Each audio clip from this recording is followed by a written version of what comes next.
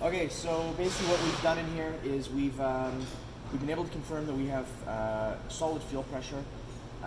We have good fuel flow. We actually dumped all the fuel into a bucket, so jumped the pump, made sure the pump was flowing properly, so that's correct. We've done numerous smoke tests on the motor using the smoke machine. We know there's no vacuum leaks. We have swapped an ECM in here. We just changed the ECM, exact same result.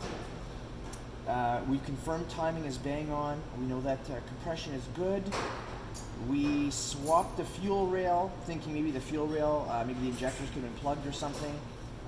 No dice, everything was good there, same result. The only difference that we get is two things. One is when we start it and we spray ether into the throttle body, it'll actually maintain running.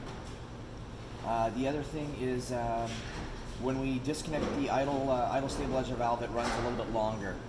That's about it. But here's a video of how it starts and dies. Richard, you want to do it twice?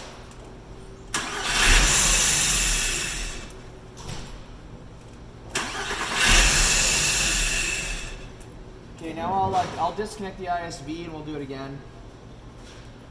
Okay, go ahead.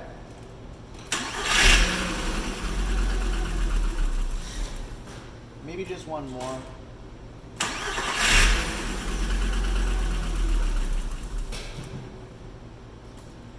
So that's what we're dealing with. Also to add, we did swap a ignition distributor, thinking that maybe we could have been getting a bad signal in the hall sender or hall sender failure, and that doesn't appear to have solved any issues either. So yeah, anything you can lead would be helpful. Thanks. Have a great day.